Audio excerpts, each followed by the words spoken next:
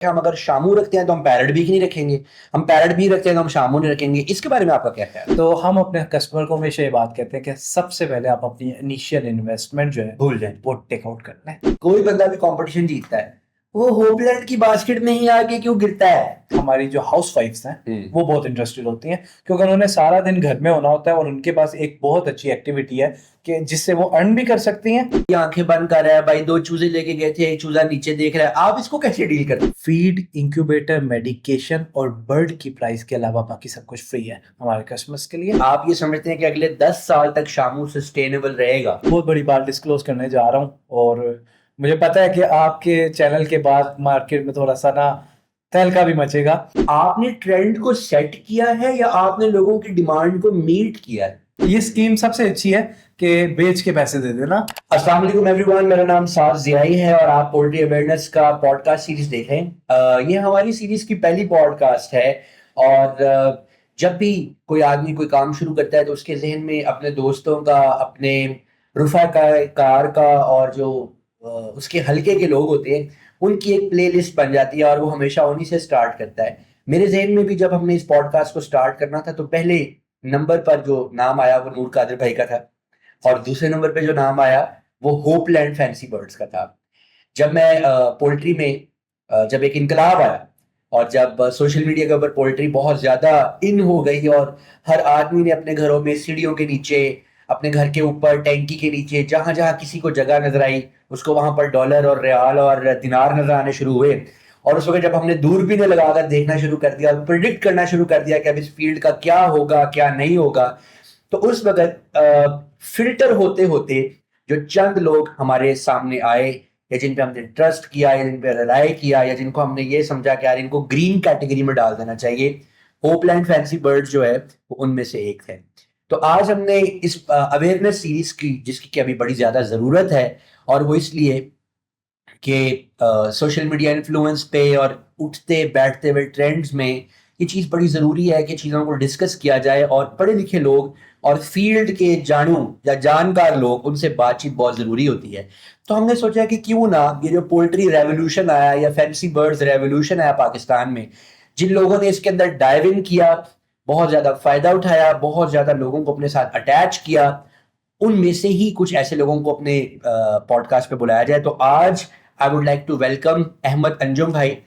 और वैसे तो होपलैंड जो है उसमें 5 से 6 लोग हैं, इसके अंदर उमैर भाई हैं, उसमें निसार भाई हैं, उसके अंदर आगा है, बहुत सारे लोग हैं।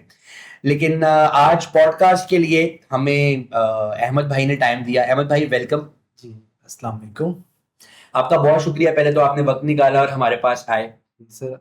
It's a warm welcome for आपकी तरफ से और काफ़ी अच्छा लगा कि इस तरह के अवेयरनेस प्रोग्राम्स जो हैं वो आप करने जा रहे हैं और फील्ड की अवेयरनेस के साथ साथ लोगों को जो है वो अपकमिंग ट्रेंड्स और स्पेशली जो लोग अभी तक अनजान हैं इस फील्ड से उनके लिए एक बहुत अच्छी और पॉजिटिव चीज़ है।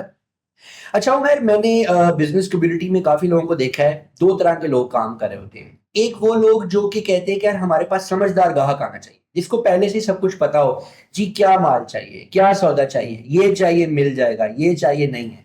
लेकिन जो नया क्लाइंट होता है एग्जॉटिक बर्ड्स की फील्ड में, जी वो बिल्कुल। तो बड़ी किच लगा देता है। भाई ये नीचे बैठ गया है, ये आंखें बंद कर रहा है, भाई 2 चूजे लेके गए थे, एक चूजा नीचे देख रहा है। आप इसको कैसे डील करते हैं? सबसे पहले तो ये बताएं। सर, सबसे पहले मैं आपको बताता चलूँ कि इस फील्ड के अंदर 90% ऑफ द क्लाइंट्स वो हैं जिनको अभी तक जिस स्पेशली ब्रीड में हम काम कर रहे हैं, होपलैंड काम कर रहा है, उस ब्रीड्स की जो है अवेयरनेस इतनी ज़्यादा है नहीं। तो हमें 90% वही क्लाइंट टच करते हैं जिनके पास इस ब्रीड की अवेयरनेस नहीं है।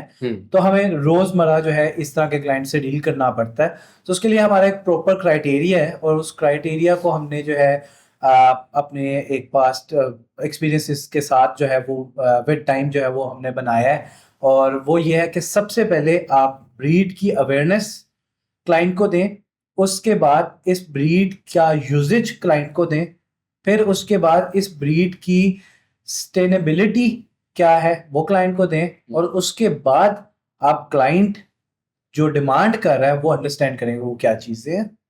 अच्छा, मुझे ये बताइए कि आपका ये जो बिजनेस मॉडल है, जैसा जितना कि मैंने समझा है आपको कि आप शामू में और पैरेट बीक में बहुत ज्यादा काम जी कर जी। रहे हैं, तो क्या आपने इन ब्रीड्स के अलावा भी कोई चीजें सेल परचेज की हैं? साबे इवेंचुअली हमने जब स्टार्ट किया था इनिशियली, तो तब हम सिर्फ और सिर्फ शामू में काम कर रहे थे। ओके। और शामू, क्योंकि आपको आपको पता है कि पोल्ट्री में एक टाइम आया था जब शामू एकदम से मार्केट में बहुत ज्यादा इन हो गया, और आम लोगों का कॉन्सेप्ट ये था कि बाकी ब्रीड्स की तरह ये भी एक टाइम के बाद वाइप आउट हो जाएगा, लेकिन ऐसा नहीं हुआ। अभी भी शामू उसी तरह से, उसी हाइट में और उसी सस्टेन, अपने आप को सस्टेन कर रहा है, अपनी मार्केट को सस्टेन कर रहा है। तो विद टाइम जब शामू की कम्युनिटी थोड़ी सी बढ़ी, अवेयरनेस थोड़ी सी बढ़ी, तो लोगों ने शामू के साथ साथ और ब्रीड्स की तरफ फोकस करना शुरू किया। उसके ऊपर जो टॉप नॉच ब्रीड थी वो पैरेट बीक थी, ठीक है। क्योंकि पैरेट बीक पाकिस्तान में ना होने के बराबर था, और अगर था भी तो आम कस्टमर की रसाई से बहुत आगे था। एक ख्वाब समझा जाता था कि हम बिल्कुल। पैरेट बीक को कभी देखेंगे, एक तो ख्वाब समझा जाता था। बिल्कुल ऐसे ही है। तो हमारी मेन जो हमारा जो ब्रांड है वो शामू की वजह से जो है वो स्टार्ट हुआ, और अल्टीमेटली हमने जो एक एडिशन की है वो पैरेट बीक की है।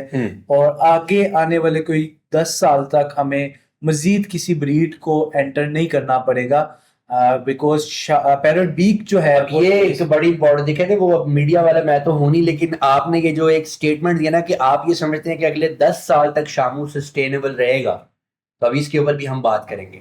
अच्छा, मुझे एक बात बताइए कि आप ये जो अवेयरनेस फैलाते हैं या जिस तरीके से आप सोशल मीडिया को हैंडल करते हैं, one of the best models है आप लोगों का। और भी लोग हैं आपके साथ जो ये काम करते हैं, तो मैं देखता रहता हूँ, आपको फॉलो करता हूँ। मुझे बताइए कि आपको क्या लगता है, आप ये जो बिजनेस मॉडल लेके आ रहे हैं, आपने ट्रेंड को सेट किया है या आपने लोगों की डिमांड को मीट किया है? सादे, इस पे ना, इस क्वेश्चन से पहले मैं थोड़ी सी अपनी बैकग्राउंड और बैक स्टोरी बता देता हूँ आपको प्लीज। कि हम लोग जो पांचों पार्टनर्स हैं वो यूनिवर्सिटी ग्रेजुएट्स हैं, और हमने अपने यूनिवर्सिटी टाइम के अंदर जो है इस बिजनेस को परस्यू किया। मैंने स्पेसिफिकली बीबीए ऑनर्स किया है, कहाँ से? और यूएमटी से। अच्छा। और मेरा बीबीए करने का मकसद ये था कि मैं एक बिजनेस को ही इवेंचुअली जाके रन अच्छा, करूंगा। एंटरप्रेन्योरियल एक माइंडसेट था आपका बिल्कुल पहले। ऐसे ही है। और जब हम इस फील्ड के अंदर एंटर हुए तो इट वाज अ टैबू, और लोग नहीं। टैबू? जी बिल्कुल कैसे? ऐसे ही। लोग पसंद नहीं करते थे कि आमतौर पे कि कुक्कड़बाज है, इस तरह से आपको बुलाया जाता था। घर वाले पसंद नहीं करते थे, जीरो मोटिवेशन, और हर तरफ से क्रिटिसिज्म आता था कि पढ़े लिखे हो, ये कुक्कड़बाजों की फील्ड में कहाँ आ गए, ये वो वगैरह वगैरह। एंड हमारा एम ये बना कि हमने ये जो टैबू है ये तोड़ना है, और लोगों को अवेयरनेस देनी है कि exotic birds, fancy birds overall पूरे दुनिया में जो है उनकी एक अपनी फील्ड है, एक अपनी पहचान है, और उसके एक प्रॉपर इंडस्ट्री है। अच्छा, आप पांचों एक ही यूनिवर्सिटी में थे? नहीं, हमारा जो सफर है वो इस तरह कि हम स्कूल से हम फ्रेंड्स थे, और उसके बाद हमने कॉलेज इकट्ठे अपना कंप्लीट किया, एंड आफ्टर कॉलेज जब हमारी यूनिवर्सिटीज की बारी आई तो हम लोग स्प्लिट हो गए। ये पसूड़ी सबसे पहले किस बंदे ने आइडिया ब्रेक किसने किया कि यार हमें ये काम करना चाहिए? सर, हमारे जो सीईओ साहब हैं, उमैर साहब, आप तो काफी अच्छे तरीके से वाकिफ हैं उनसे। बेसिकली आइडिया उनका था। किसी दिन उनके साथ भी गपशप लगाए? जरूर। ये आइडिया उनका था। अच्छा। और उसके बाद फिर उन्होंने सबको कन्विंस किया? जी बिल्कुल ऐसे ही है। ओके। इससे पहले हमने मल्टीपल एक्सपेरिमेंट्स और भी किए। अच्छा, और भी किया आपने? जी। वो क्या क्या किया, ये भी बताएं। हमने सबसे पहले तो एक आम जो लोगों के लिए मैं समझाना चाहूंगा, इंटरनेट सर्विस प्रोवाइडिंग का काम होता है, जो लोकल नेट जो होता है, हमने उसका काम शुरू किया। और नंबर 5, सबसे पहले आपने इंटरनेट प्रोवाइडर का काम शुरू किया। लेकिन कितनी देर किया? वो जब हमने स्टार्ट किया तो हमें रियलाइज हुआ कि ये हमारी नीच नहीं है, हम इस काम में एंटर नहीं कर आप सकते इसको हैं। एंजॉय नहीं कर रहे थे? नहीं, वो हम स्टार्ट ही नहीं कर पाए, एग्जीक्यूट ही नहीं कर पाए। दूसरा काम हमने जो है वो कपड़ों का किया, कि हम जो है वो फैसलाबाद से, टेक्सटाइल इंडस्ट्री से कपड़ा उठा के लाएंगे और यहाँ पे सेल करेंगे। अच्छा। स्पेशली उसमें हम स्पेशलाइज कर रहे थे कि हम फीमेल्स को टारगेट कर रहे थे, कि फीमेल्स की जो तो कपड़ों वाला कभी बुरा ही नहीं होता। तो वो एक अच्छा वेंचर था। लेकिन विद टाइम जो है उसमें, क्योंकि ऑब्वियसली हम 4 पार्टनर्स थे उस काम के अंदर, तो हम चारों को सस्टेन करना मुश्किल हो रहा था कि चारों को एडजस्ट किया जाए उस काम के अंदर। यानी फाइनेंशियली सब लोग पूरे नहीं आ रहे थे? जी बिल्कुल ऐसे ही है। और फाइनेंशियली भी, और उस काम में ऐसे कोई रिस्पॉन्सिबिलिटी नहीं है। तो आमतौर पे जब आपको कोई ये समझ नहीं आ रही थी कि लोग अपना होना जस्टिफाई कैसे करेंगे। जी बिल्कुल ऐसे ही है। अच्छा, तो तीसरे नंबर पे क्या किया? तीसरे नंबर पे हमने रेबिट्स का काम किया। ओह, हमारे एंगोरास एंड ब्रिटिश एंगोरास। एक आपको पता है कि पाकिस्तान में एक ट्रेंड आया था इम्पोर्टेड रेबिट्स का, और एक तूफान आया वो भी था। कहते हैं कि हम पाकिस्तान का कर्जा उतार देंगे खरगोश पाल पाल के। वैसे और उसमें फिर हमने भी हिस्सा डाला। आपने भी पाकिस्तान का कर्जा उतारने की। जी, और हमें भी यही था कि रातों रात जो है वो लैंड क्रूजर आ जाएगा, और रैबिट तो ब्रीड ही बहुत ज्यादा करते ओए हैं। होए होए होए। तो हमने एक ट्रायो जो है वो इनिशियली जो है वो पहले खुद लिया आपने ट्राई? खुद लिया। अच्छा। और हमने कहा कि हमें जिससे हमने लिया, जिसने आपको पूरी कहानी सुनाई? जिसने हमें वो कहानी सुनाई, उसने हमें ये कहा कि ये बहुत ज्यादा अच्छी ब्रीड करता है, और ब्रीड जो है वो हाथों हाथ बिक जाती है, और वो ट्रेंड है ये वो। तो हम रैबिट्स लेके बाय करके आ गए, और उस टाइम हमारा बिल्कुल जो है हमने जो कॉलेज जो अपना वो खत्म किया था। तो हम सारे स्टूडेंट्स थे, और फाइनेंशियली इतने स्ट्रॉन्ग नहीं थे, सारी पॉकेट मनी जमा करके इधर उधर वही सारा सिस्टम था। तो हमने वो स्टार्ट किया, और 3 महीने के अंदर अंदर हमें जो ख्वाब था वो ये था कि हम तब तक तो 150 हो जाने चाहिए थे। हाँ 150-200 प्लस हम चूजा बेच चुके होंगे, लेकिन वो 3 महीने के अंदर हमारे से ब्रीड ही नहीं ली गई। अच्छा। और तीनों नर तो नहीं दे दिए? नहीं था तो ट्रायो सेट ही। अच्छा। लेकिन फिर हमने जब एक्सपर्ट इस फील्ड में भी ऑब्वियसली रैबिट की फील्ड में भी एक्सपर्ट्स हैं, तो हमने जब एक्सपर्ट्स वगैरह से मिले तो उन लोगों ने भी हमें यही बताया कि यार इट्स आर्टिफिशियल क्रिएटेड मार्केट, और इसका कोई ज्यादा स्कोप नहीं है। और स्पेशली आर्टिफिशियल मार्केट कैसे क्रिएट होती है? सर, आर्टिफिशियल मार्केट इस तरीके से क्रिएट की जाती है कि आप एक आर्टिफिशियल डिमांड क्रिएट करते हैं by importing a good quantity of rabbits, ठीक है, एनिमल्स XYZ, और आप फिर उसके बाद अपने ही सर्कल में वो डिस्ट्रीब्यूट कर देते हैं मुफ्त? मुफ्त। ओके। या फिर कि बेच के पैसे दे देना। ये स्कीम सबसे अच्छी है कि बेच के पैसे दे देना। तो जब आप वो डिस्ट्रीब्यूट के मर जाएगा तो अगले के सर चढ़ेगा ना, आपके सर तो नहीं चढ़ेगा। Exactly. आपने तो उसे हाँ। एग्जैक्टली। और वो फिर रेफरल के थ्रू जो है वो हर कोई इसी काम में लग जाता है कि बेच के पैसे दे देना, बेच के पैसे दे देना, और वो एक ट्रेंड बन जाता है। ट्रेंड बन और वो जब ट्रेंड बनता है तो उसमें हमारे जैसे जो लेमैन है, या हमारे जैसे वो लोग जो अपॉर्चुनिटी तलाश कर रहे होते हैं वो घुसते हैं, वो घुसते, और वो सबसे ज्यादा अल्टीमेटली नुकसान करते हैं। वो नुकसान। इस तरीके से हमने किया। यानी ये ऐसा है कि आप अपना हिस्सेदार बना लेता है उस बंदे को, कि वो फिर अगले 10 बंदों को बेवकूफ बनाए, वो अगले 10 को बनाए, वो अगले 10 को बनाए। Exactly. जैसे आजकल मुझे एक बंदे की कॉल आ गई, उसको मेरा अंदाजा नहीं था, तो मुझे कहने लगा कि यार लवबर्ड का काम शुरू कर लो, तो उसमें बड़ा ही है। मैं कहा तुम्हें पता है कि मैं कौन हूँ या मैं क्या करता हूँ? मैं कहा अब तो मारो मार है, अब तो जान छुड़ा रहे हैं लोग। बिल्कुल ऐसे ठीक ही है कि नहीं? तो वही है कि अपनी बला किसी और के सर डाल दें। तो आपने बताया कि रैबिट्स में उन्होंने ये किया था कि एक आर्टिफिशियल मार्केट बनाई हुई थी, ये चीज शो कर करके। अच्छा, मुझे सोशल मीडिया इसमें कितना रोल प्ले करता है? सर, इस टाइम जो स्पेशली जो टाइम चल रहा है, इस टाइम पे सारी गेम ही सोशल मीडिया की है। अगर आप किसी भी बिजनेस को आप देखते हैं तो वो बिजनेस जो है वो अपना मैक्सिमम ऑफ द पोटेंशियल जो है वो सोशल मीडिया में पुट इन करता है। जो उसकी कॉस्ट होती है वो सबसे ज्यादा सोशल मीडिया या मार्केटिंग की कॉस्ट होती है। उसका रीजन ये है कि सोशल मीडिया इस टाइम पे आवाम को, स्पेशली इसमें एक और फैक्टर भी है कि आपके मुल्क की हालात जो है ना, वो आपको एक एज दे देते हैं कि आप किसी भी किस्म की मार्केटिंग करो, और आपकी जो यूथ है वो आपकी तरफ इन्फ्लुएंस होगी।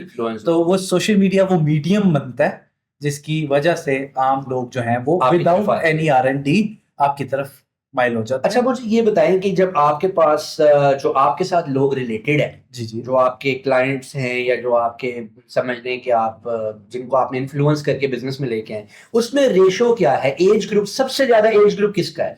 अच्छा, हमारी ना टारगेट ऑडियंस, सब इसके पहले मैं इस क्वेश्चन का जवाब दूं, मैं आपको थोड़ा सा टारगेट ऑडियंस के बारे में अच्छा ठीक है, कि आप किसको टारगेट? हमारी शुरू से टारगेट ऑडियंस जो थी वो थी हमारी तरह के यंग एंटरप्रेन्योर्स जो कि अपॉर्चुनिटी सीख कर रहे हैं। ठीक है। और उनको हम एक ऐसा प्लेटफॉर्म देना चाह रहे थे कि वो हमारी तरह फ्रॉड में ना गिरे। ठीक है।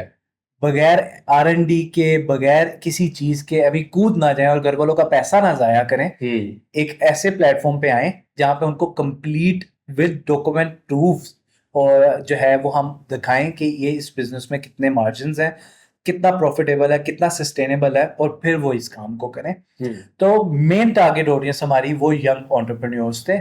उसके अलावा ये जो शामू, पैरट बीक या पोल्ट्री रिलेटेड कोई भी ब्रीड है, इसका पाकिस्तान में सस्टेन करने का सबसे बड़ा जो एडवांटेज है वो ये है कि पाकिस्तान में इसका एंड यूजर है। एंड यूजर है। एंड यूजर, आपने मेरे इस वर्ड पे गौर करना है, एंड मैंने यूजर। इसलिए तो रिपीट किया। एंड यूजर जो है वो इस वजह से मैंने कहा है क्योंकि बहुत सारे पाकिस्तान में पास्ट में हमने बहुत सारी ऐसी ब्रीड्स, बहुत सारे ऐसे एनिमल्स, स्पेशली जिस तरह मैंने अभी आपको रैबिट का जिक्र किया, मैं दोबारा उस बात पे आऊंगा। ये वो ब्रीड्स या वो एनिमल्स थे जिनके एंड यूजर्स एग्जिस्ट ही नहीं करते थे। एंड यूज क्या होता है रैबिट का? रैबिट का एक्चुअली कोई एंड यूजर नहीं था। रैबिट एंड यूज हो क्या सकता है रैबिट का? रैबिट कोई का तो खाने- एक ही एंड यूजर था। क्या? वो ये था कि वो as a meat purpose use ऐसा हो सब सकता तो शामू का एंड यूज किया है। एंड यूजर शामू का जो है वो है शौकीन बंदा। अब जाके आज के दौर में हमारे जो यंग छोटे बच्चे हैं उनको इन चीजों का, इन रवायतों का, इन कल्चर का कि नहीं लोग पता। इसकी ब्यूटी को एंजॉय करें। जी, ये मैं वही बात बता रहा जैसे हूँ कि- मोर रखा जाता है, मैं जी, ऑडियंस के लिए आसान कर देता हूँ बात, कि जिस रीजन से मोर रखा जाता है, मोर क्यों रखा जाता है? घर की खूबसूरती, बिल्कुल ऐसे। उसके कलर्स आप देखिए, आपको खुशी मिलेगी, ठीक है कि नहीं? जो लोग महंगे महंगे घोड़े रखते हैं, ना रेस में भगाते हैं ना टांगे में जोतते हैं, लेकिन वो घोड़ा खड़ा खूबसूरत लगता है, उसकी ब्यूटी को वो एंजॉय कर रहे होते हैं। तो बिल्कुल। ये इन भाई का मतलब कहने का ये है कि एंड यूज ये है कि लोगों के अंदर एक ज़ौक डेवलप हो जाता है इस ब्रीड का, कि उनको चलती फिरती अपने लॉन में, अपने पंजाबी में अपने वेड़िया तुरती फिरती वो चीज अच्छी लगती है। यही वो पॉइंट है कि आज से अगर आप 10-20 साल पीछे चले जाते हैं ना, जी, तो एक अच्छा मुर्गा जो है वो एक गांव में या किसी भी रूरल एरिया पहचान बन जाता एक है। पहचान बन जाती है कि वो उसके पास वो चिट्टा कुकर है। और देखो वो जो देखो चीना कुकड़ है। बिल्कुल ऐसे ही है। तो ये वो कल्चर है जो सदियों से पाकिस्तान में चलता आ रहा है। तो शामू और पैरट बीक का हमारे पास ये एंड यूजर था, वो शौकीन जो कि सिर्फ और सिर्फ अपने घर में शाम के टाइम इंजॉय करने के लिए। दूसरा, इस बर्ड की लाइफ भी ज्यादा होती है। एग्जैक्टली, ये 10-10 12-12 साल तक आराम से सरवाइव कर जाता है। बिल्कुल ऐसे फिर ही है। दूसरी पोल्ट्री है वो चौथा साल बड़ी मुश्किल से गुजारती है। बिल्कुल ऐसे ही। और एक ये भी है कि ये असील कैटेगरी का बर्ड है, तो इसको मल्टीपल जो चीज़ें हैं वो एडवांटेज देती हैं, क्योंकि इसमें अगर हम बात करें, एक तो ब्यूटी प्लस अगर आप इंटरनेशनल लेवल पे देखें तो इसके कॉम्पिटिशन्स, वो कॉम्पिटिशन एक बहुत अच्छी अपॉर्चुनिटी होती है उन ब्रीडर्स के लिए जो छोटा चूजा लेके पालते हैं, उसको तैयार करते हैं और उसको वो जो अप्रिसिएशन मिलती है। यार, अब आपसे कंपटीशन की अगर बात आ गई है तो आप लोगों के ऊपर, अगर आप मुझे इजाजत दें तो सख्त सवाल मैं आपसे पूछ सकता हूं। आपके ऊपर सबसे बड़ा इल्जाम ये है कि एक्स जीते, वाई जीते, जेड जीते, कोई बंदा भी कंपटीशन जीतता है, वो होपलैंड की बास्केट में ही आके क्यों गिरता है?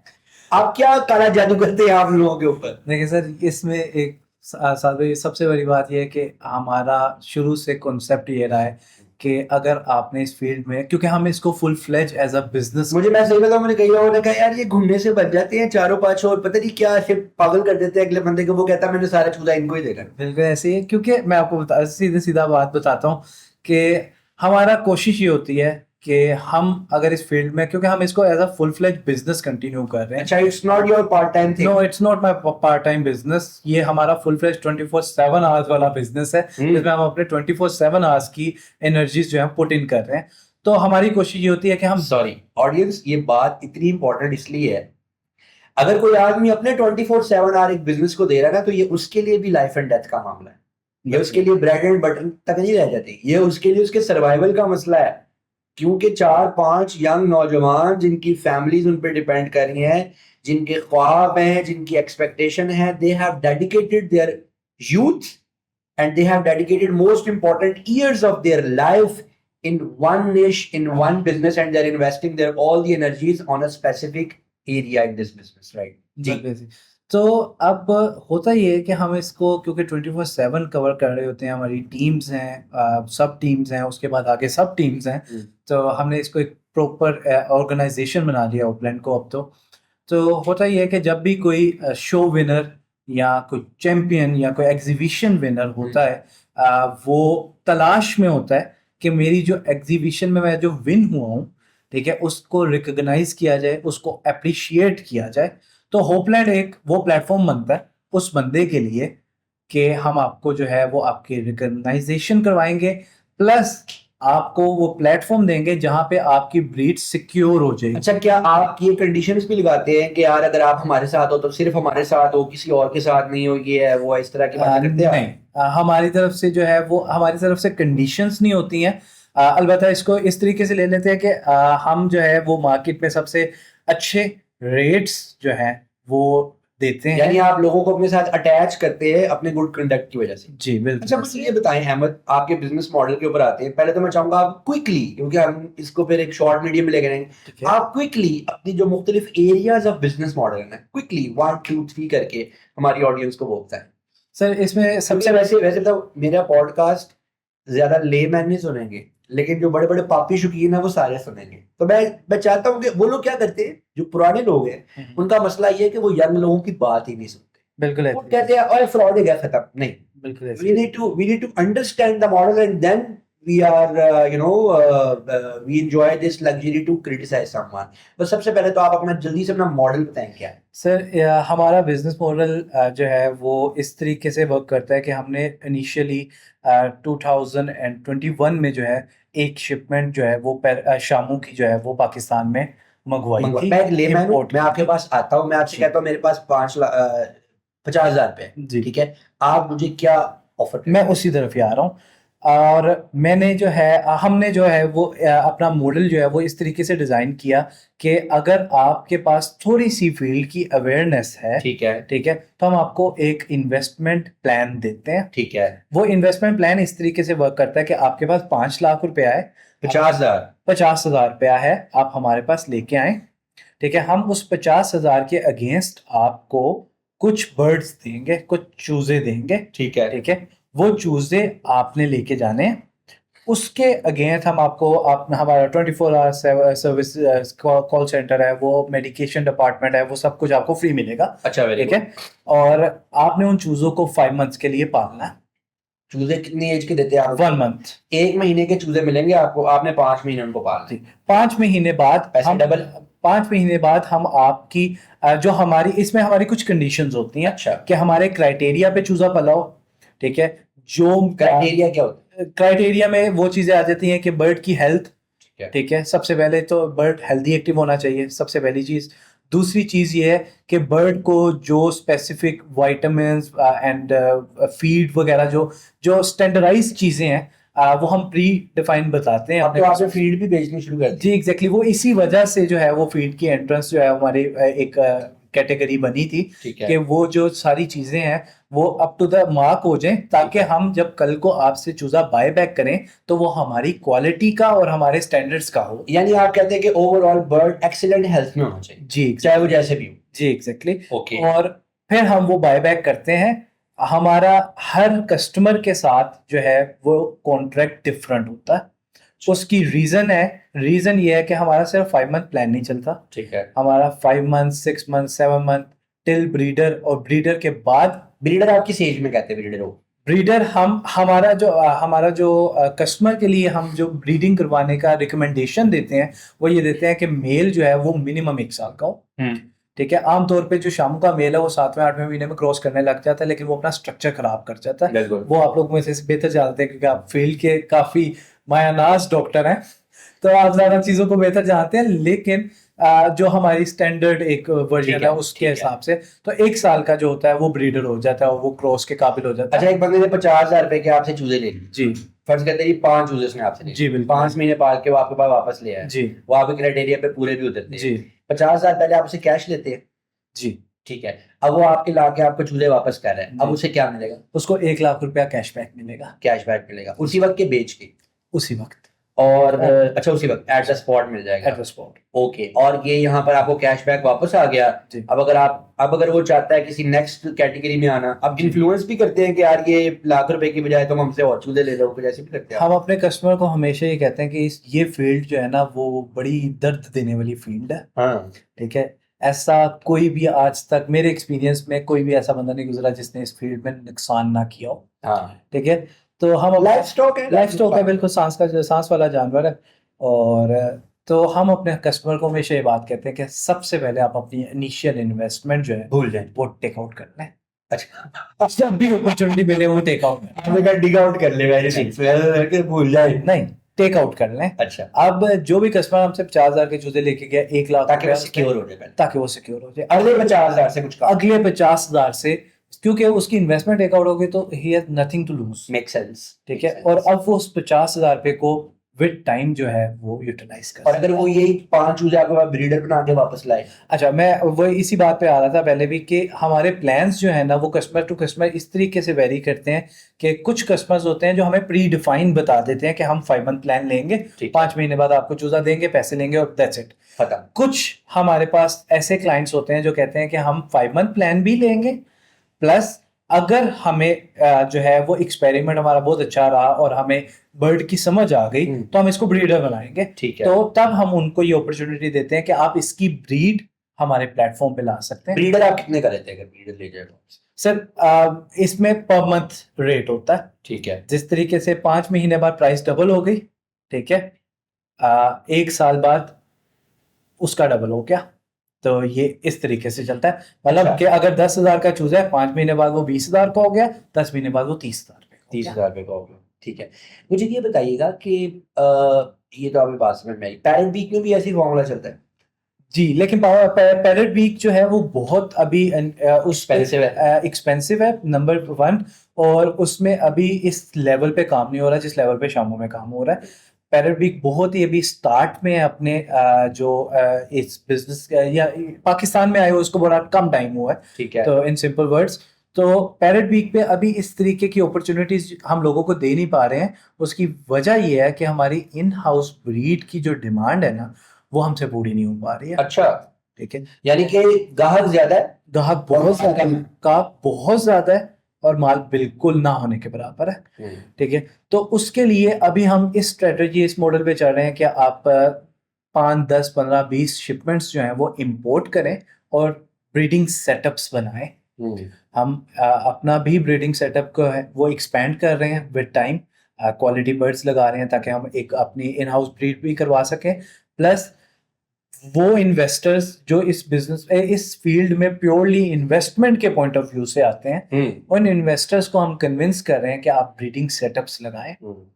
और वहीं पे हम अपॉर्चुनिटीज भी दे रहे हैं उन लोगों को जो के काबिल हैं, बर्ड पालना जानते हैं, बर्ड को संभालना जानते हैं, उन इन्वेस्टर्स को अटैच कर रहे हैं उन लोगों के साथ ताकि वो उनके लिए ब्रीड निकलवाएं। अच्छा, वो एक अपॉर्चुनिटी यानी है। कि आप एक ब्रिज के तौर पे काम, जी बिल्कुल, यानी कि आप एक ब्रिज के तौर पे काम कर रहे हैं। बिल्कुल वो ऐसे। लोग जो के पास पैसा है लेकिन टाइम नहीं है, और वो लोग जो काम जानते हैं लेकिन उनके पास पैसा नहीं है। Very nice. तो अच्छा, मुझे ये बताइएगा कि अभी तक आपके साथ अगर मैं इन नंबर्स पूछूं, जी जी। इन नंबर्स, तो क्या आपके ध्यान में कोई आपने कोई रिकॉर्ड रखा हुआ है कि कितने लोग हैं जो आपके साथ अब तक अटैच हो चुके हैं टिल डेट? सर हमें तकरीबन 4 साल हो गए हैं इस बिजनेस में आए हुए, और अब तक हम ओवर 10,000 कस्टमर्स जो हैं उनको फैसिलिटेट कर चुके हैं। इन 10,000 में से कुछ नाराज कस्टमर्स भी होंगे आप? जी बिल्कुल। How do you deal with the criticism? Sir criticism 2 तरह का होता है। ठीक है, एक क्रिटिसिज्म वो है जो कि आप की बर्ड की कोई शिकायत है ठीक है, और वो शिकायत अकोमोडेट नहीं हुई, ठीक है, इस वजह से क्रिटिसिज्म हो रहा है। ठीक है। मैं सोशल मीडिया क्रिटिसिज्म की बात जी, मैं कर रहा हूँ। सोशल मीडिया क्रिटिसिज्म की बात कर रहा हूँ। दूसरा क्रिटिसिज्म ये है कि आप लोग बहुत अच्छे लेवल पे काम कर रहे हो तो आपको तंग करने वाले Leg लोग pulling। लेग पुलिंग वाले लोग भी हैं। ठीक है, ये 2 तरह के क्रिटिसिज्म है। तो जो लेग पुलिंग वाला क्रिटिसिज्म है उस पे हम ज्यादा जो है वो नजरें नहीं डालते हैं, ठीक है, ना ही आप उसको इग्नोर कर। अपनी एनर्जी और टाइम वेस्ट नहीं करते हैं इस ठीक तरह है। की चीजों पे। अब जो कस्टमर्स की कंप्लेन है उसके लिए हमने एक 24/7 कॉल सेंटर बनाया है ठीक है, जो कस्टमर्स को अकोमोडेट करता है।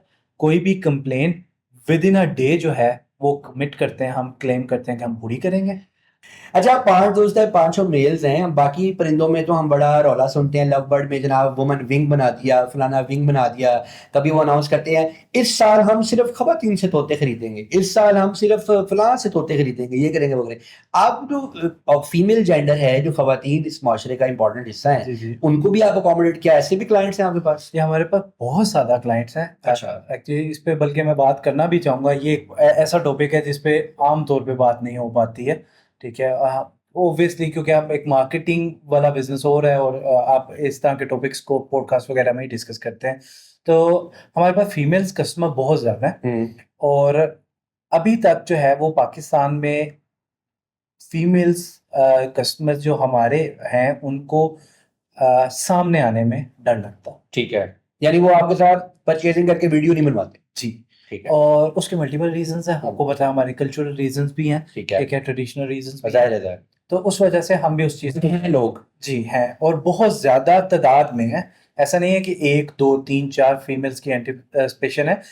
हमारे पास अगर दिन में 100 कस्टमर्स या 100 व्यूअर्स आते हैं तो उसमें से 10 15 20% जो है वो फीमेल हमें कांटेक्ट करती हैं। और इसमें जो मेन टारगेट है वो ये है कि हमारी जो हाउस वाइफ्स हैं वो बहुत इंटरेस्टेड होती हैं, क्योंकि उन्होंने सारा दिन घर में होना होता है और उनके पास एक बहुत अच्छी एक्टिविटी है कि जिससे वो अर्न भी कर सकती हैं और उसमें अपना टाइम इन्वॉल्व करके टाइम पास भी कर सकते हैं। अच्छा, ज्यादा क्या सेल हो रहा है, पैरेट बी की शाम? सर पैरेट बीक उसका रीजन सिंपल सा ये है कि पैरेट बीक की डिमांड बहुत ज्यादा है और सप्लाई कम है, तो जितनी भी सप्लाई होती है वो सारी सोल्ड आउट हो जाती है। मैंने देखा कि आप लोग बड़े ओपन है इस चीज को लेके कि you always welcome the new things and you do new experiments with the new breeds and everything. जी। But there are certain people in the field जिन्होंने फिरका वारियत की हद तक ये बना लिया हुआ कि हम अगर शामू रखते हैं तो हम पैरेट भी नहीं रखेंगे, हम पैरेट भी रखते हैं तो हम शामू नहीं रखेंगे। इसके बारे में आपका क्या ख्याल है? सर पहले मैं अपना ओपिनियन डिप्लोमेटिक जवाब ना दीजिएगा। ठीक है, नहीं, मैं अपना ओपिनियन दे देता हूँ। हम इस फील्ड में एज अ शौकीन एंटर नहीं हुए थे, नहीं हुए थे। ओके, हम एज अ बिजनेसमैन इस एंटरप्रेन्योर्स इस बिजनेस में एंटर हुए थे और हमारा मकसद ये था कि हमने पैसा कमाना है। पैसा कमाना। ओके, ठीक है। विद टाइम ऑब्वियसली हम शौकीन भी हो गए, शौक भी करना शुरू हो गए, वर्ड की समझ भी आ गई, लेकिन हमारा इनिशियली प्लान यही था और अभी भी यही है। मेरा आपसे दूसरा सवाल है जी। आपने कहा कि आपका मकसद इस फील्ड में आना पैसा कमाना था। जी बिल्कुल ऐसे है। ब्रोकरी में ज्यादा पैसा है कि ब्रीडिंग में ज्यादा पैसा ब्रोकरी और ब्रीडिंग दोनों में पैसा बहुत अच्छा है। है? ज्यादा पैसा किसमें? इसमें ज्यादा पैसे वाली बात से ज्यादा बेहतर ये है कि रिस्क किसमें कम है। अगला सवाल मेरा ये है, पहले आप बताइए आपको क्या लगता है, ब्रो आप ज्यादा पैसे कमाते हैं कि आपका क्लाइंट ज्यादा पैसे कमाता है? सर ऑब्वियसली हमारा क्लाइंट ज्यादा पैसे कमाता है। उसका रीजन ये है कि एक ब्रीडर जो है ना उसके घर में ना कोई भी कस्टमर जो है वो नहीं आ रहा, उसने ब्रीड करवानी है और हमारे प्लेटफॉर्म पे भिजवा इसका मतलब ब्रीडर्स के पास ब्रीडिंग में ज्यादा पैसा है। ब्रीडिंग में ज्यादा पैसा है ऑब्वियसली, बिकॉज एक रिस्क फैक्टर पे एक बहुत लंबा चौड़ा रिस्क फैक्टर जुड़ा होता है ब्रोकर्स के साथ। वो ये होता है कि जब फार्म पे बर्ड आया है, फार्म पे मल्टीपल कस्टमर्स आ रहे होते हैं, बीमारियों का खतरा, बर्ड को होल्ड करने का खतरा, स्पेशली मौसम जो वेदर चेंज है, क्लाइमेट चेंज है, वो सारी चीजें एक ब्रोकर को देखनी पड़ती हैं, ब्रीडर को नहीं देखनी पड़ती हैं। मेरा दूसरा सवाल आपसे, वैसे ब्रीडर को भी इन खतरात से निपटना पड़ता ऑब्वियसली है, ब्रोकर के पास लोगों का आना जाना बहुत ज्यादा होता है। मेरा दूसरा सवाल ये है कि ज्यादा रिस्क पे ब्रोकर होता है कि ब्रीडर होता है? अच्छा, इसमें भी एक इसमें ना जो रिस्क आपको पता है लाइफ स्टॉक में होता है, इसमें जो रिस्क है ना वो तकरीबन दोनों का बराबर होता है। उसकी रीजन ये है कि एक ब्रीडर के पास जो होल्डिंग बर्ड्स होते हैं, ठीक है, अगर वो एक्सपायर हुए तो उसका लॉस है। Same goes for a broker. ठीक है, ये फील्ड तो आप तो ये करते ना, इधर से लिया उधर भेज दिया, 4 घंटे में बर्ड कम ही एक्सपायर। मैं इसी बात पे आने लगा हूँ। ऐसा बिल्कुल भी नहीं है कि एक ब्रोकर जो है या जो एक स्पेशली हमारे जैसे लेवल पे, जिस लेवल पे हम काम कर रहे हैं, कि हमने इधर से बर्ड लिया और उधर बेच दिया, ऐसा नहीं होता। हमारा क्राइटेरिया ये है कि हमने बर्ड बाय किया, बर्ड बाय सबसे पहले हमने अपनी ब्रीड का बर्ड सेल किया, उसी को बाय बैक किया। ठीक है, उसको बाय बैक करने के बाद उसको होल्ड किया और जब हमारे पास उस चीज की डिमांड हुई तो वो सेल हुआ। वो जो होल्डिंग पीरियड है वो 1 दिन से लेके 6 महीने भी हो सकता है। अच्छा, डिपेंडिंग ऑन द डिमांड। ठीक है, तो हम भी उतने ही रिस्क में होते हैं जितना एक ब्रीडर रिस्क में होता है। नहीं, जब आप किसी से कोई चीज लेके बेच रहे हैं तो मरना जीना फिर आपकी जिम्मेदारी बन जाती है। Exactly. यानी उसको आपने उसके पैसे देने जी, अभी दिए या 4 महीने बाद दिए, 5 महीने बाद। हमारी कोशिश ये होती है कि हम वैसे तो मोस्टली लोगों को जो है वो अकोमोडेट करते हैं उसी वक्त, लेकिन कुछ स्पेसिफिक लोग हमारे साथ इस तरीके के जुड़े हुए हैं जिनके साथ हमारा बहुत अच्छा जो है वो बिजनेस वेंचर रहा है, तो उनके साथ हम अकोमोडेट कर लेते हैं आजकल। अच्छा, आपके जो क्लाइंट्स आपके साथ अटैच है, जी, मुझे किसी ऐसे क्लाइंट का बताएं जिसने बल्क में आपसे सबसे ज्यादा माल लेके ब्रीडर रखे हुए हैं, और मैं ये पूछना चाहूंगा कि उसके पास कितने ब्रीडर हैं? सर इसमें हमारे पास 2 ऐसे क्लाइंट्स हैं। ठीक है, आप बेशक उनका नाम ना बताएं। मैं बिल्कुल आइडेंटिटी तो मैं रिवील नहीं करूंगा, हाँ, बिकॉज वो अल्टीमेटली वो सेटअप्स भी हमारी ऑब्जर्वेशन में चल रहे हैं। ठीक है। उनको मैक्सिमम कितनी मुर्गी लगी है उनके पास शाम? सर हमारा जो गुजरात वाला सेटअप है उसमें तकरीबन तकरीबन 30 प्लस जो है वो पैरेट बीक ब्रीडिंग पेयर्स लगे हुए हैं। और शामू का सबसे बड़े सेटअप में कितना? शामू हमारे पास जो है उसमें तकरीबन 18 से 20 फीमेल्स और तकरीबन ये मैक्सिमम है? मेल है। ये वो सेटअप्स हैं जो ग्रैंड लेवल पे काम ये कर रहे हैं। ग्रैंड सेटअप है, ठीक है। यानी अगर किसी के पास 18 सेट है तो इसका मतलब वो शामू का ग्रैंड सेटअप चला रहा है अभी के लिए अगर वो इस फील्ड के अंदर सस्टेन कर रहा है तो हाँ, वो एक सस्टेन तो आप करवाते हैं ना। सस्टेन किस तरीके से कर रहा है मैं वो भी आपको बता देता हूँ कि बर्ड केयर जो है ना वो एक बहुत वाइटल रोल प्ले करता है इसमें। लेकिन इसमें अब बात यह है कि लोग मुर्गी की ब्रीड कराना, जी जी ठीक है, और ब्रीड करवा के अंडे में से बच्चा निकलवाना और आगे उस बच्चे को बेचना, कमर्शियल पोल्ट्री में तो ये बहुत हो रहा है। बिल्कुल ऐसे ही ठीक है। एक बार जब जानवर अपनी पूरी हेल्थ में आकर ब्रीडर बन जाए तो फिर जाहिर है अगर आप उसकी डाइट को कॉम्प्रोमाइज करेंगे तो ब्रीड ही बंद कर देगा। लिहाजा ब्रीडर तो डाइट पे कॉम्प्रोमाइज नहीं कर सकता। बिल्कुल ऐसे है। मेरा आपसे ये सवाल पूछने का मकसद ये था कि मैंने ये देखा है कि आमतौर पे, आपका तो नहीं लेकिन दूसरे लोगों का मेरा ये एक्सपीरियंस हुआ है कि वो एक सर्टेन अमाउंट ऑफ बर्ड्स के बाद ब्रेक मार देते हैं, एप्रीहेंसिव हो जाते हैं कि इससे ज्यादा बर्ड ना रखिए। अगर कोई बंदा अब आज आपके पास आके कहता है कि मेरे पास, let's take it as a test case, कि मेरे पास इतनी कैपेसिटी है कि मैं 2 कनाल का ट्रिपल स्टोरी घर है और मैं उसके अंदर मैक्सिमम बर्ड, मैं आपसे 200 मुर्गी बाय करना चाहता हूँ या मैं 200 मुर्गी का ब्रीडर सेटअप लगाना चाहता हूँ। बिल्कुल ऐसे ठीक है। और इसका सारा अंडा मैं सारी 200 की 2 से आपसे खरीदूंगा, होपलैंड से खरीदूंगा, और इसका सारा अंडा बच्चा वही वाली सारी की सारी कमिटमेंट, क्या इतनी कैपेसिटी है होपलैंड की? जी बिल्कुल है। और हम इसको इस तरीके से भी ले सकते हैं कि ये आप एक सिंगल आइडेंटिटी की बात कर रहे हैं कि वो 200 मुर्गी लगा, एक बंदे की बात, एक बंदे की बात कर रहा हूँ। होपलैंड इस टाइम पे जो है वो मल्टीपल इस तरह के छोटे छोटे जो ऑर्गेनाइजेशन, जो छोटे छोटे जो ब्रीडर्स हैं उनको अकोमोडेट कर रहा है ऑलरेडी। ठीक है। 18 वाला वो लोग कहते हैं ना कि ज्यादा टोपियां घुमानी आसान हो जाती हैं, एक बंदा बल्क में इतना चूजा खाएगा, क्या करेगा? एक बंदे के लिए हमारे लिए ज्यादा आसान है। ज्यादा आसान है। अच्छा। क्यों? उसके मैं रीजन देता हूँ कि होपलैंड जो सर्विसेज प्रोवाइड कर रहा है एज अ ऑर्गेनाइजेशन, उसमें 24/7 हमारा कस्टमर केयर, हमारा मेडिकल डिपार्टमेंट, ठीक है, हमारा बर्ड केयर डिपार्टमेंट, उसके अलावा आफ्टर सेल सर्विसेज में हमारे पास सेटअप को किस तरीके से ऑर्गेनाइज किया जाए वो तो हो गया। मेरा सवाल ये था कि एक बंदे ने इसमें 200 मुर्गी लगाई हुई है, वो आपको 500 चूजा एक महीने का करके कहता है लो चुको, उठाएंगे? जी बिल्कुल उठाएंगे। और उसका रीजन ये है कि हमें पता है कि जो मार्केट में अभी भी शामू और पैराबिक की जो डिमांड चल रही है, ठीक है, वो फुलफिल नहीं होगी 500 चूजे से, नहीं होगी। ओके, मेरा आपसे आखिरी सवाल है। जी जी। देखिए, हमने देखा बहुत सारी ब्रीड्स आई, उनकी मार्केट में सैचुरेशन हो गई। मैं आपकी सारी बातें सही मानता हूँ और एग्री भी करता हूँ, ना करता होता तो मैं फौरन से डिसएग्री कर जाता, मैं चीज़ों को जानता हूँ। जैसे मार्केट में और बहुत सारी चीजें आई और सैचुरेट हो गई और अचानक से उनकी डिमांड खत्म होती हुई हमें नजर आई। बिल्कुल। लेट्स अज्यूम, अल्लाह ना करे ऐसा हो, क्योंकि आपके साथ और भी कई लोगों का रोजगार जुड़ा हुआ है। बिल्कुल। खाकम बदहन, अल्लाह ना करे ऐसा हो। लेकिन अगर शामू की प्राइस में तो फर्क पड़ा है। बिल्कुल। जो बर्ड हमें जो चूजा हमें 8 से 4-5 साल पहले 30,000 रुपए का मिल रहा था या 35,000 रुपए का मिल रहा था, वो इस वक्त 20-25,000 रुपए का तो मिल ही जाता है, या 20,000 रुपए का तो मिल जाता है, depending on the top quality. Are you adapting with the situation? And number 2, for instance, if there are certain number of people जिन्होंने आप पे रिलाय करके इन्वेस्टमेंट्स अपनी रखी हुई हैं, जो चला रहे हैं, अगर मार्केट क्रैश साइड पे आती है इसकी, अल्लाह ना करे, लेकिन अगर इसकी मार्केट क्रैशिंग साइड पर आती है और सैचुरेशन होती है और इसकी डिमांड डिस्टर्ब होती है, do you have some exit plan? कि जिसमें आप खुद एग्जिट नहीं, अपना एग्जिट प्लान नहीं है, क्योंकि आपके पास तो रिस्क नहीं है, बर्ड तो लोगों के पास लगा हुआ है, तो आपके पास कोई ऐसा प्लान आपने सोचा है कि आप उन सब लोगों के पैसे को कैसे इसमें से निकलवाएंगे? बिल्कुल। मैं आपके पहले सवाल पे आता हूँ। शामू की प्राइस डिक्रीज होने में एक सबसे बड़ा रीजन ये था कि शामू की जब 30,000 रुपए का चूजा बिक रहा था ना, तो हमें ये कंसिडर करना चाहिए कि वो इम्पोर्टेड बर्ड का चूजा बिक रहा था। इम्पोर्ट हुआ हुआ बर्ड कॉस्ट करता है, उसकी एक अच्छी खासी कॉस्ट होती है, ठीक है, इन्वेस्टमेंट बाउंड होती है, इस वजह से। लेकिन नंबर भी तो है ना, आज भी तो, आज अगर इम्पोर्टेड बर्ड आ जाए तो फिर भी उसका 30-35 का नहीं बिकता, क्योंकि लोकल में बड़ी अच्छी क्वालिटी लोगों के पास मौजूद है। मैं इसी तरफ आ रहा हूँ।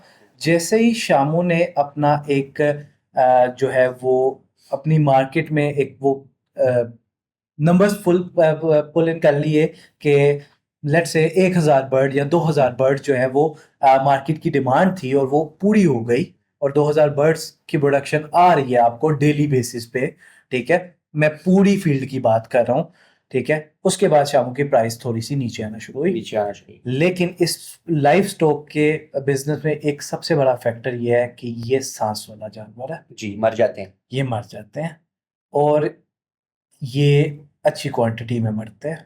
ये एक बहुत बड़ा फैक्टर है जो भी इस फील्ड में एंटर कर रहा है। लेकिन ये खुशी की बात नहीं नहीं, बिल्कुल भी नहीं है, बिल्कुल भी नहीं है। मैं यही पॉइंट समझाने लगा था, जो इस फील्ड में एंटर करना चाहता है ना, इन रिस्क फैक्टर्स को उसको समझ के, कहते हैं कि पोल्ट्री का काम करना तो इतना बड़ा जिगरा रखना पड़ता है, वो इसी वजह से कहते हैं क्योंकि इसमें नुकसान है, नुकसान है। ठीक है। और हर नुकसान के बाद जाहिर बात है कि हर फील्ड कोशिश करती है कि अपने आप को दोबारा से सस्टेन करे, उस नुकसान को पूरा करे, तो उसके लिए मार्केट जो है वो सस्टेन करना ज्यादा। सर, लोगों के शामू ना मरे, मार्केट सैचुरेट हो गई और शामू की डिमांड कम हो गई, तो जितने लोगों को आपने अपने साथ अटैच किया उनको बाहर कैसे निकालेंगे? सर मैं आपको आज एक बड़ी बात ये मत डिस्क्लोज कहिएगा कि मुझे पता है कि ऐसा नहीं होगा। नहीं हमें नहीं, मैं आपको एक बहुत बड़ी बात डिस्क्लोज करने जा रहा हूँ, और मुझे पता है कि आपके चैनल के बाद मार्केट में थोड़ा सा ना तहलका भी मचेगा। अच्छा। होपलैंड जो है ना वो बहुत जल्द जो है वो एक्सपोर्ट की तरफ जाने लगा, अच्छा, वेरी नाइस। और कुछ ऐसे कॉन्ट्रैक्ट्स और कुछ ऐसी डील्स हमारी ऑलरेडी